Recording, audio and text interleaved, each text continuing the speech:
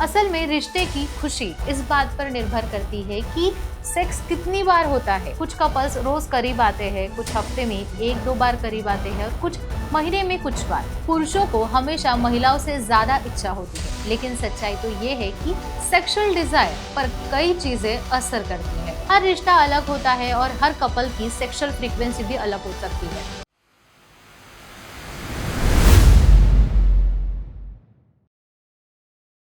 Sex के बारे में समाज में कई तरह के मिथ्स है। कुछ लोग कहते हैं कि हैप्पी कपल्स रोज सेक्स करते हैं, तो कुछ लोग कहते हैं कि पुरुषों को हमेशा महिलाओं से ज्यादा इच्छा होती है। लेकिन सच में ये बात कितना सही है, इसके बारे में आज के इस वीडियो से हम जानेंगे प्रसिद्ध सेक्सोलॉजिस्ट डॉक्टर उमेश मुंदड़ा जी इनके मार्गदर्शन से। डॉक्टर उमेश मुंदड़ा, इनका 40 सालों से क्लिनिकल सेक्सोलॉजिस्ट के रूप में अनुभव है। 1985 में उन्होंने आशा किरण की स्थापना की थी, जिनसे वो कपल्स को काउंसलिंग करते हैं।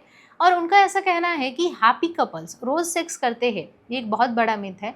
खुशहाल रिश्ता सिर्फ सेक्स की फ्रीक्वेंसी पर निर्भर नहीं करता है। कुछ कपल्स रोज करीब आते हैं, कुछ हफ्ते में एक दो बार करीब आते हैं और कुछ महीने में कुछ बार। फिर भी उनका रिलेशनशिप मजबूत है और खुशहाल हो सकता है। असल में रिश्ते की खुशी इस बात पर निर्भर करती है कि सेक्स कितनी बार होता है, बल्कि इस बात पर निर्भर करती है कि उस रिश्ते में समझ, विश्वास, इमोशनल क्लोजनेस कितना ज़्यादा है। जो कपल एक दूसरे से खुलकर बात करते हैं, एक दूसरे की भावनाओं को समझते हैं, म्यूचुअल रिस्पेक्ट देते हैं, उनका रिश्ता ज़्यादा मजबूत होता है। एक और कॉमन मिथ है कि पुरुषों को हमेशा महिलाओं से ज़्यादा इच्छा होती है, लेकिन सच्चाई तो ये है कि सेक्सुअल डिज़ायर हर व्यक्ति में अलग अलग होता है। कुछ महिलाओं की इच्छा पुरुषों से ज़्यादा हो सकती है, तो कुछ महिलाओं की इच्छा कम भी हो सकती है।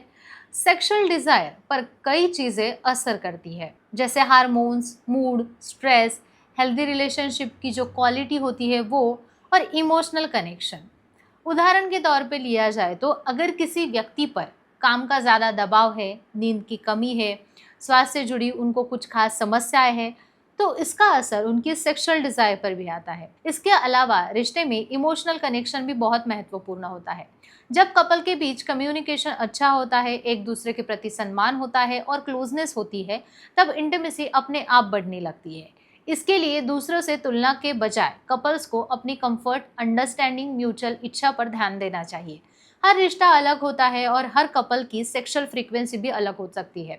डॉक्टर का कहना है कि हेल्दी रिलेशनशिप में emotional bonding, communication, physical intimacy, इन तीनों चीज़ों का संतुलन ज़रूरी होता है। जब ये तीनों चीज़ें सही तरीके से हो जाएंगी, तब रिश्ता और भी खुशहाल, संतोषजनक बनेगा। इसलिए याद रखें, खुशहाल रिश्ते का माप ये नहीं है कि सेक्स कितनी बार हुआ है, बल्कि ये है कि रिश्ते में कितना समझ, विश्वास, नज़दीकियाँ है। अगर आपको सेक्सुअल हेल्थ, रिलेशनशिप या इंटीमेसी से जुड़े कुछ सवाल है तो कमेंट में पूछें। विशेषज्ञ की सलाह ले आशा किरण में विजिट कर सकते हैं, और हाँ, चैनल को सब्सक्राइब करें।